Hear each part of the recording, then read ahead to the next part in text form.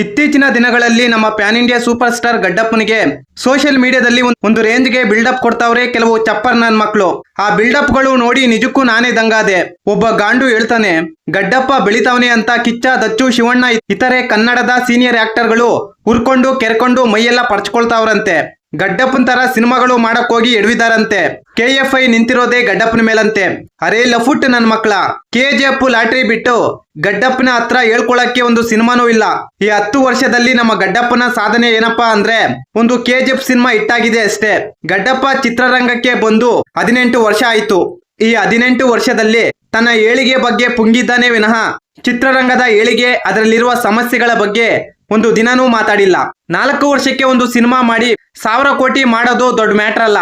ಕಿಚ್ಚ, ದಚ್ಚು, ಅಪ್ಪು ಅಂತವರು ನಮ್ಮ ಗಡ್ಡಪ್ಪನ ತರ ಯೋಚನೆ ಮಾಡಿದ್ರೆ ಇಷ್ಟೊತ್ತಿಗೆ ಕನ್ನಡ ಚಿತ್ರರಂಗ ಉಣ್ಕೊಂಡು ಹೋಗ್ತಿತ್ತು.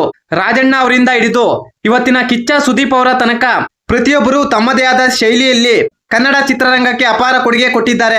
ಯಾವನೋ ಒಬ್ಬನಿಂದ ಕನ್ನಡ ಚಿತ್ರರಂಗ ನಿಂತಿಲ್ಲ. ನಮ್ಮ ಸೀನಿಯರ್ ಆಕ್ಟರ್ಗಳು ಏನಿದ್ದಾರೋ ಸ್ಯಾಂಡಲ್ವುಡ್ ನ ಕಟ್ಟಿ ಬೆಳೆಸಿದ ಕನ್ನಡದ ದಿಗ್ಗಜರು, ಇಂಥವ್ರನ್ನೆಲ್ಲ ಲಾಟ್ರಿ ಸ್ಟಾರ್ ಗಳ ಜೊತೆ ಕಂಪೇರ್ ಮಾಡ್ಲೇಬೇಡಿ. ಇಷ್ಟಕ್ಕೂ ಇವರೆಲ್ಲ ತಿಕ್ಕ ಉರ್ಕೊಂಡು ಕೆರ್ಕೊಳ್ತಿರೋದು ಏನಕ್ಕಪ್ಪ ಅಂದ್ರೆ ಇವ್ರಿಗೆ ಯಾರು ಸಪೋರ್ಟ್ ಮಾಡ್ತಿಲ್ಲ. ಕನ್ನಡ ಚಿತ್ರರಂಗ ಸ್ತಬ್ಧವಾಗಿದೆ. ನಮ್ಮ ಗಡ್ಡಪ್ಪನ ಟಾನಿಕ್ ಸಿನಿಮಾ ಆಗಸ್ಟ್ 26ರಂದು ರಿಲೀಸ್ ಆಗ್ತಿದೆ ಅಲ್ವಾ. ಈ ಮ್ಯಾಟ್ರು ಎಷ್ಟು ಜನಕ್ಕೆ ಗೊತ್ತು? ಸೋಷಿಯಲ್ ಮೀಡಿಯಾದಲ್ಲಿ ದುಡ್ಡು ಕೊಟ್ರೆ ಆರ್ಟಿಕಲ್ ಬರಿಬಹುದು, ನಮ್ಮ ಗಡ್ಡಪ್ಪ ಹಂಗೆ, ನಮ್ಮ ಗಡ್ಡಪ್ಪ ಹಿಂಗೆ, KFI ಕಿಂಗು, ಬಂಗು, ಲಂಗು ಅಂತ ಏನೇನೋ ಹೇಳ್ಬೋದು. ಆದ್ರೆ ರಿಯಾಲಿಟಿಯಲ್ಲಿ ನಮ್ಮ Gaddappa zero. First of all ನಮ್ಮ ಗಡ್ಡಪ್ಪನಿಗೆ ಆಕ್ಟಿಂಗೇ ಬರಲ್ಲ, ಫ್ಯಾನ್ ಬೇಸ್ ಇಲ್ಲ. ಬೆಳೆಯೋ ತನಕ ಕನ್ನಡ ಅಂತಿದ್ದ ನಮ್ಮ ಕನ್ನಡದ ಕಂದ. ಕನ್ನಡ ಚಿತ್ರರಂಗ ನನ್ನ ಎಕ್ಕಡ ಅನ್ನೋ ರೇಂಜ್ಗೆ ಅಣ್ಣನ ವರ್ತನೆ ಇದೆ. ಪ್ರಶಾಂತ್ ನೀಲ್ ಅವರು ಕೊಡೋದು ಕೊಟ್ರು, ಒಳ್ಳೆ ಲಾಟ್ರಿನೇ ಕೊಟ್ರು.